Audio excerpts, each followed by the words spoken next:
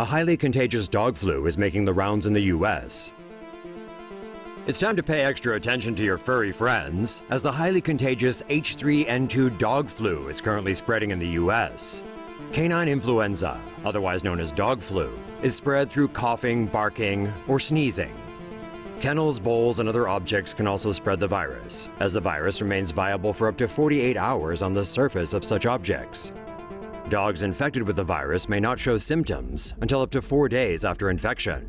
Isolation is the only way to contain the virus from spreading. The H3N2 dog flu was first recorded in Chicago in 2015. The most recent outbreaks were reported at 2 large dog shows in Georgia and Florida. Almost all dogs are susceptible to canine flu infection. There is only one approved vaccine that protects dogs from canine influenza A H3N8, but it is unknown whether it can also shield dogs against the H3N2 virus. Say no to safe spaces on YouTube. Support TomoNews at patreon.com/TomoNews. Dog flu and bird flu are no jokes, and there have been several outbreaks in recent years. Thousands of dogs infected with Asian canine flu in U.S. Midwest. Thousands of dogs across the U.S. Midwest have been infected with a new strain of dog flu originating in Asia. The canine influenza virus is a strain known as H3N2. Once infected, dogs develop symptoms including a persistent cough, runny nose, and fever. The virus can be transmitted from dogs to cats, but not to humans. The virus has been circulating among dog populations in southern China and South Korea. Experts say it could have been introduced to Chicago by a dog traveling from Asia that was carrying but not yet displaying symptoms of the illness. Thousands of dogs in Wisconsin, Illinois, Indiana, and Ohio have now been infected by the virus. It is estimated that less than 10% of affected dogs die from the illness. 6 dogs have died out of the 1,137 cases reported so far in the Chicago area. 33 million birds affected by worst U.S. bird flu outbreak. 3 deadly strains of avian flu virus have hit North America's poultry flock since December, causing the worst avian flu outbreak in the U.S. on record. More than 33 million turkeys, chickens, and ducks in 15 different states have been affected by the avian flu since December. About 40% of hens in Iowa are dead or will be euthanized, while in Minnesota, more than 14% of hens have died. The virus is spread by wild bird droppings left on farms, dust, and dander, or from the shoes of a person who moves from one facility to another. The infected birds are culled using carbon dioxide gas or a water-based foam that is similar to that used to suppress a fire. The carcasses are then buried in giant rectangular pits or incinerated.